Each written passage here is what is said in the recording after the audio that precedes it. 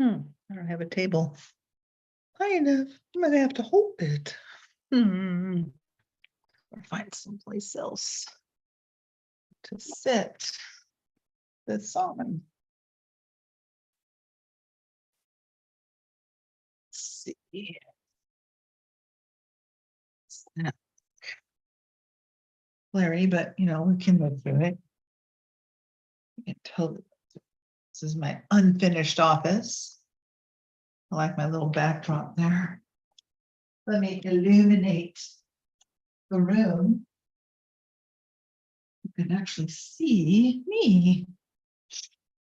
All right. Hi, everybody. Start in about 2 minutes. What the time says anyway.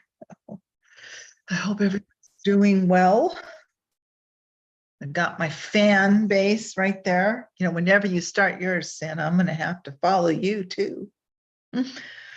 Oh, yeah. So are you ready for Christmas? It is going to be a very, very busy season. Awesome. And good for you. It's going to be sheer insanity, but I'm going to be loving every minute of it. Oh, good. Yeah, well, you're going to be, crashing every night and getting up and doing it again for the season. Oh, good for you. Keep a journal on it. Keep pictures. And then, display it for money. Want to see what I do? All right, I'm going to grab some water and I'll be back.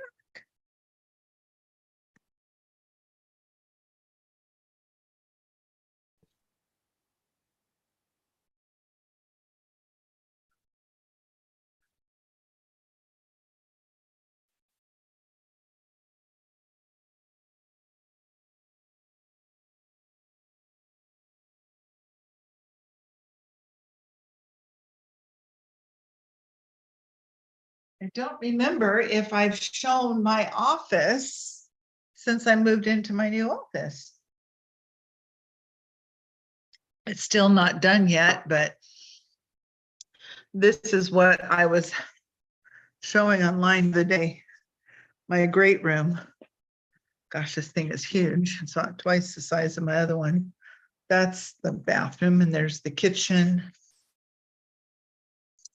And then behind that glass is the lobby. And then there's a hallway down where there's 4 offices down that way. So it's kind of a big office, looking for people to help rent it with me. Impressive. Well, it's like I'm expanding when the economy is tanking. I feel good about being here, though. I mean, I don't regret it or anything. So hopefully it will all work out. Okay, so we're now a minute into it. Last week, I actually started 5 minutes later. I got involved in a little project. I got 10 minutes, and that thing, it's 5 after 5. I'm like, oh shit. But wait, so hey, everybody, let's do the introduction. And now, ladies and gentlemen, your host for Live at 5, ILAH Rock. Woo! Most things hypnosis. Here I am. Oh, thank you for that nice little put in there for sure. And there goes my phones. They're all okay. I should probably, in case anybody has any questions, should probably grab those. Okay. Just in case. I've got client stuff to do, but people like to ask questions, and every once in a while I might get one. Oh, okay. So that's nothing. And then I got another text on my other phone. When you have more than one phone, it's a lot. Okay. Okay, so we're good. No questions yet, but I'll be ready. All right, so today just a quick Thanksgiving kind of thing. We'll all be in a hypnotic coma after we eat next week. I may even have Thanksgiving dinner here at my new office. It's big enough and my house is so small. We're still in that deciding because we have to schlep everything here. I don't have a stove or oven here, and I have a very tiny refrigerator. And then we'd have to schlep everything back, but my house will stay clean. So it's kind of like, I don't know. We'll make that decision probably by Monday. So what is Thanksgiving? And Thanksgiving, what we celebrate here in our North America, our America, in the United States, also I think Canada, but it celebrates the harvest and other blessings of the past year. I just got this off of Google, people. Americans generally believe that their Thanksgiving is modeled after the 1621 harvest feast shared by the English colonists of the Pilgrims, as we know them, of Plymouth, and the Wampanoag people. And I'm saying that wrong, but what are these Wampanoag people? A member of a confederacy of North America peoples of southeastern Massachusetts. They actually spoke an extinct Algonquin language in Massachusetts. I don't know what that is. I've still been trying to look it up, which got me into another thing. So my butt first, maybe my butt only, is kind of you go into one thing and then you go into another. I'm like, oh, languages. Well, I love language. And so we know it now. We know what Thanksgiving is about. It's, you know, a celebration of when we became free from Europe, blah, blah, blah. But languages got me interesting. So the trivia here is there's over 7,100 languages in the world. Some are used more than others. And the 12 most spoken languages, I'm actually going to put this here in the chat so you can get the website to anybody who wants to view this. This is where I got my information, putting it there. And I need to go put it on YouTube. Hang on, putting it on the YouTube. Okay, there it is. And also on YouTube, I'm putting my phone number for ILAH. Oh, that's not how you even spell my name. Okay, so back to us here in the studio. That's the website I use to get the information that I'm reading. But the number one spoken language of all the 12 languages, which I'll get to, but so the number 12 language, the one that's least spoken of the top 12 is Indonesian. And the one before that, the 11th most spoken is Portuguese. The 10th most spoken language is Russian. And then it's Bengali, Arabic, French, and that brings us to our top 4. So the 4th spoken language in the world is Spanish. The 3rd most spoken language is Hindi. The 2nd most spoken language is Mandarin, and English is the most spoken language in the world, with 1,100 million speakers of English. Mandarin is a close second with English is like 1,132, and Mandarin comes right below that, 1,117 million speakers. Now, we have 26 letters in our alphabet that make up all of our words. Mandarin has over 50,000 characters. I know in the Khmer language that they speak in Cambodia, I don't know, 90, 126, I don't know, there's a lot. So a lot of these languages have a lot of other characters. I have all I can do to keep up with our 26 letters, but yeah, we have about 20, how many, 26, 50, I don't know how many sounds we make. But it was interesting to see some interesting facts about the English language. So the word goodbye, Goodbye, was originally a contraction for God be with ye. So some of you have been saying God be with ye for decades. When you were trying to say goodbye, it's just God be with ye. It's kind of like aloha coming and going. Well, goodbye is God be with ye. It's a shortened version or contraction version of. Interesting. I thought that was interesting. So English is the most spoken language in all the world and required, and the required language of the sky. All pilots anywhere, all have to speak and identify themselves in English, period. So pilots, it's just, that's what was decided. I don't know how, there's some history in that. or whatever. The Mandarin language, it's in China. So obviously there's a lot of people there. So they should be, if you learned 2,500 of their characters, they say you should be able to read or understand with some, learn it with some understanding of it at that point. But that's understanding 2,500, and it takes 2 years to learn the 26 letters we have in print after kindergarten. Well, 2 years. If you're 4 or 5 years old, it could take 2 years at the most. Spanish was interesting. 534 million speakers. A fun fact in Spanish was the first modern novel and the second most translated book after the Bible was written in Spanish. Which novel? It's Don Quixote by Miguel de Cervantes. Of course. It can take 6 months to learn this language with some general proficiency. It is one of the easier languages to learn. What I'm surprised is Italian isn't on here, but French is. So you can go to the website and check out all those sordid details yourself. That would be fine. And I was thinking I may, just a little bit of work here, be starting another podcast separate from this one, Conversations with ILAH.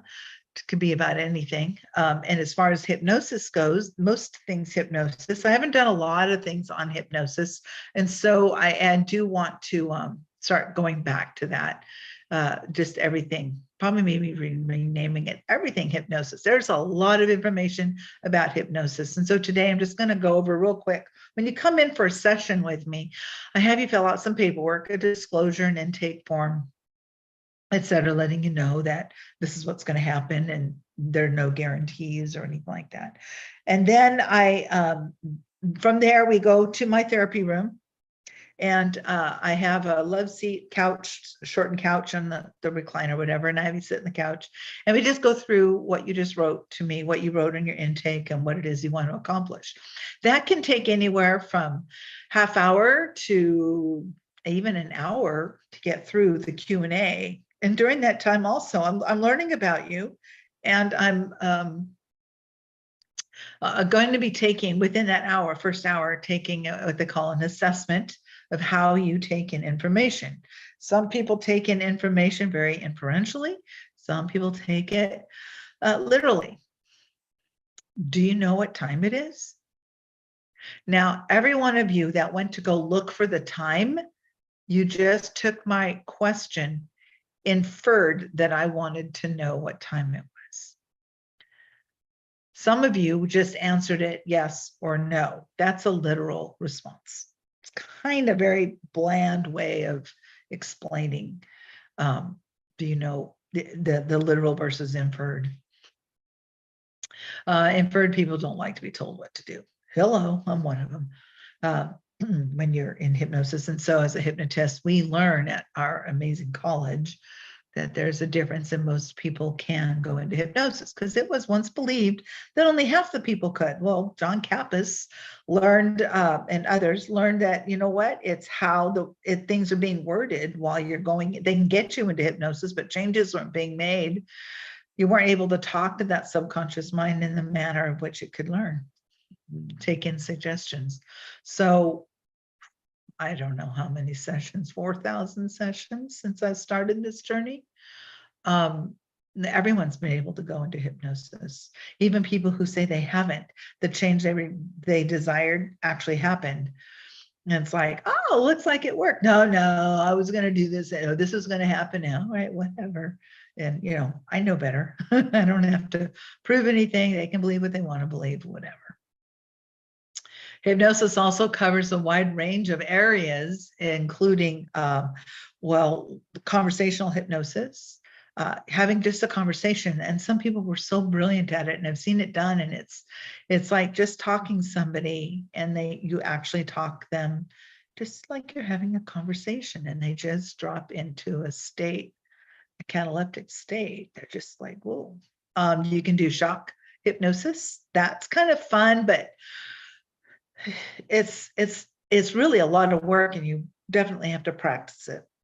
There's a lot of hypnotists out there that'll do street hypnosis, walk right up to you and put you in a state of trance immediately if they're any good. And I know a couple that are really good. So if you ever want to do a stage for your party, let me know and I'll put you in touch with some brilliant stage hypnotists. That would be great. You just have to be careful when you're doing the shock thing. Shock, I would think for me, if I were to practice it more, would be for emergencies. If someone has you're on the side of the road and they are, maybe they have a broken leg and they're in a car accident and they just want to get them out of pain for a minute or just get them to calm down, a shock hypnotic could be helpful in that respect. But I can't do it right now. I haven't done it since college and I'd have to spend some time practicing it, but I did learn it. I think I went through the class twice. So that's, rapid inductions and shock. Those are different areas of hypnosis you can put somebody in. You can be in hypnosis just environmentally, driving your car, watching a movie, reading a book, working on a fine-tuned project, focusing on something and zoning out and oblivious to everything else around you. Can put you in a state of trance. Happens at churches a lot. Different churches, they'll yell and scream and then they'll get quiet. Then they'll yell and scream and then they'll get quiet. That quiet kind of dips you back down. And then they yell and scream, kind of gets you back up out of that theta wave. And then they get you back down into that theta wave. And that's when they're putting in suggestions right in that time, because that filter between the conscious, subconscious mind has been softened or weakened or put aside. And then you kind of get, back and forth and back and forth. So hypnosis has a lot of factions to it. I used to hate the word. I was very uncomfortable with it. Getting more comfortable with it just because it's what I do. And I'm proud of what I get to do. I get to help people make changes that they desire. I'm not here to create any kind of mind control. It doesn't do that. My clients are always in control. My clients are always able to make the decisions they want to make. And I get a lot of weird phone calls or just inquiry phone calls, and maybe you do too, Robert, about people going, well, what does it do and how does it work? And one of the hardest areas I have working with people is addictions. And we learned about it in detail at our hypnotherapy college. Addictions is a very difficult thing to work with somebody in hypnosis. They have to be willing to be sober. Hypnosis is not going to help them get sober. It's going to help their behavior, how they react to alcohol, habituate some of the cravings or the desires or get down to the bottom of it. But you have to be in some kind of a sobriety program or it's just not going to work. And I've had people come in here high thinking they can be hypnotized and not to get high anymore. And that's when I realized, okay, I got to get a little bit tougher about my addictions thing. It's a lot of work working with somebody in addictions. Yeah, go ahead, Robert. With addictions, the one thing I notice, as with smoking or anything else, is how many, and this includes weight loss. To me, overeating is an addiction as well, because you're using that to deal with your emotions or whatever. The same thing with a lot of addictions. The thing that gets me about is how many layers go into an addiction. You take care of it, you just keep digging and digging and digging, and just, it's mind blowing.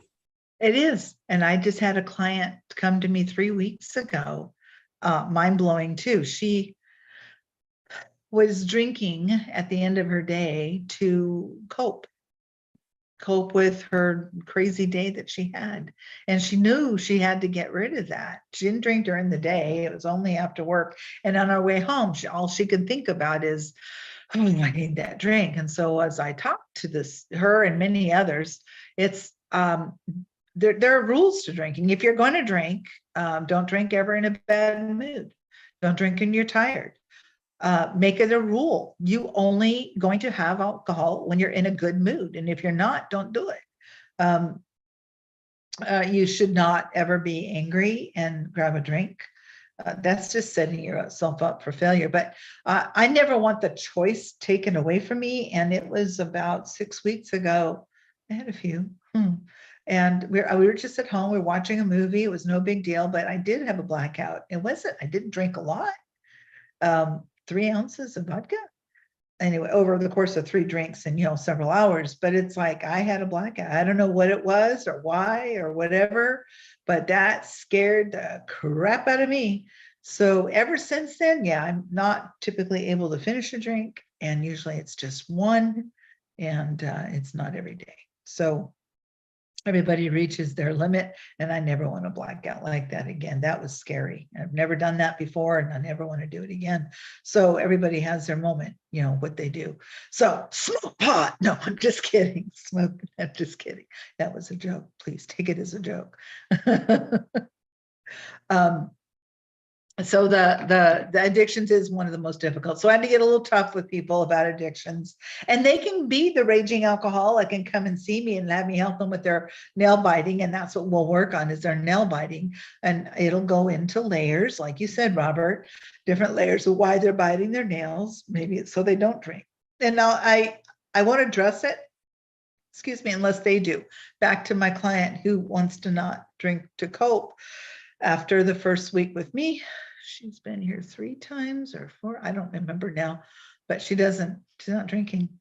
It wasn't an addiction to her, it was a coping mechanism. And now she's just feeling, she was going home, a while back, and feeling like, I just can't wait. I need a drink when I get home. And she got home and she's like, you know what? I brushed my teeth and I just felt like going to bed. So that's what they did. I applaud it. It's like, great, and that's when we get into the whole attitude and behavior. So addictions can be hard. There's other addictions too. Codependency is addiction, having to be with somebody or can't be without them. And a lot of couples intend to get into a codependent relationship after so many years, and you're together 30, 40, 50 years, you are in a codependent, really, you become each other kind of thing. So, and if it's good and it's happy, it's great, and keep it going if you're working with each other. If it's a dread, you got to question it and get some help. Find out why, and if there's anything you can do to help change it. Etc. Anyway, I am going to skedaddle. It's 5:20. I think I've wasted everyone's attention for 20 minutes. Do you have another question, Robert? Yes, I wanted to real quick, something that could help out in this show or other shows, especially during the time frame we're in right now. The holidays are coming up. They're coming up like a steam locomotive. Nothing's going to stop them. A lot of people wig out about the holidays, either the anxiety that they place on themselves or others place on them, or because of dysfunctional families and what the holidays were like through them. Do you have any advice for these people, or an anchor that they can use to calm them down for the upcoming holidays? Couple things. One, contact me, and my phone numbers or my email address is up here on my page, and you can see it right there. So email me and I'll send you a recording that I made on relaxation. Listen to it before you go to sleep or as you go to sleep. Another thing you can do is figure out a couple things. Why am I feeling anxious or blue or upset? What's going on? Ask yourself, what do I feel? And it's really, when you're in it, it's hard to identify emotions while you're in them. But this is where you can actually start taking control. You're in it. Sad, happy, and anger are 3 that we can always identify no matter what state we're in. But now you got to get into, are you feeling remorseful? Are you feeling overly sad? You miss a family member or whatever that's passed on, something. Find out what that emotion is, and then find out what is it that you need. So it's like an NLP technique. It's, okay, this is how I'm feeling right now. Give it an icon, a picture, and talk to it. This is just something you do in your head. Personally, when I do this, I have my hands up, and when I'm by myself, I actually use my mouth and my voice, and I talk to it. What do you need to tell me, or what do I need to learn to help this pass? And on this hand is your desired state. I want to be peaceful and calm and loving and kind and enjoy happiness, etc. This is what I want. So you're asking both of them, but one at a time. What is it that they need? And just keep asking, what's the purpose of that? Well, this is the one that's remorseful or sad or angry or negative, whatever. And maybe it's just telling you the first thought that comes to your head, and it may sound ridiculous, but go with it.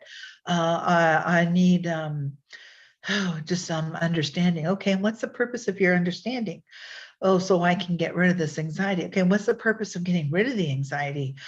So I won't feel so sad. And so what's the purpose of not feeling so sad? So I can have peace. And what's the purpose of peace? So I can be happy. And what's the purpose of happy? So I can feel love. Love is the top of the food chain. Okay, cool. Okay, hand that wants to have a happy holiday time without any of this baggage. What is your purpose? My purpose is for peace. Oh, so is this one. What else? What's the purpose of the peace? Happiness. And what's your purpose of happiness? Love. Oh, now they match. And you can just sit there in your own mind with both of these hands. This one wants love, and so does this one. And just imagine the love of both. They're different ways of getting there. And just imagining them integrating themselves together. I always put the positive one on and closest to me, and you can just bring it to your heart. And just kind of feel that, yes, this one wants love, and so does this one. You get to release that. You get to have yourself a moment of, and then you can call me and I can walk you through it some more. That's just a real quick hit. And then walking. Walking is a really good way to help yourself, and breathing. Oh my gosh. You can go on YouTube and learn all different ways to breathe. Just breathing in, breathing out. But if you breathe in through your nose, you get to cool the brain. But do a breathing thing where you just breathe on a count of 4. And you exhale on a count of 8.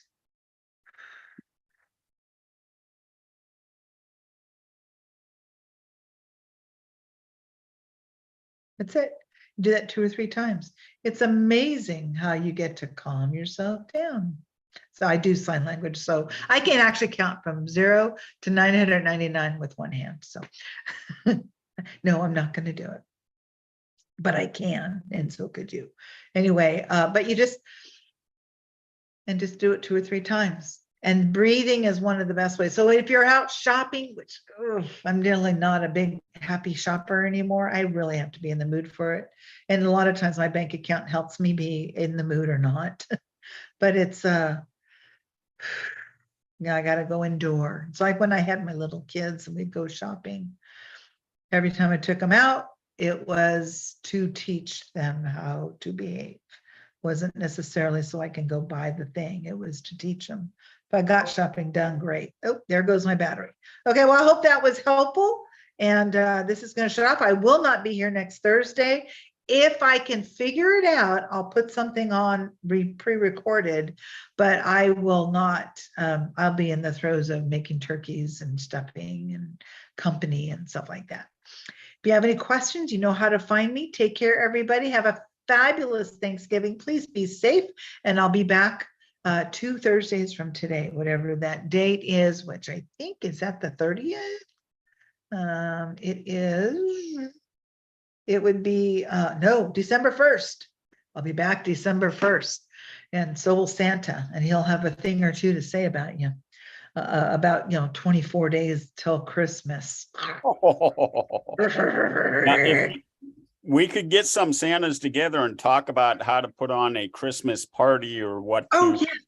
Yes. 2 weeks. Yeah, 2 weeks. Put it together. Let's do it. They can be all on Zoom, all over wherever. That'd be great. We have a little combo, hour-long combo with Santas. Cool. And everyone's name, how they have their names right here. We can put Santa 1, Santa 2, or Santa with their first name, so we can identify who they are. And everybody on camera with their little Santa hats.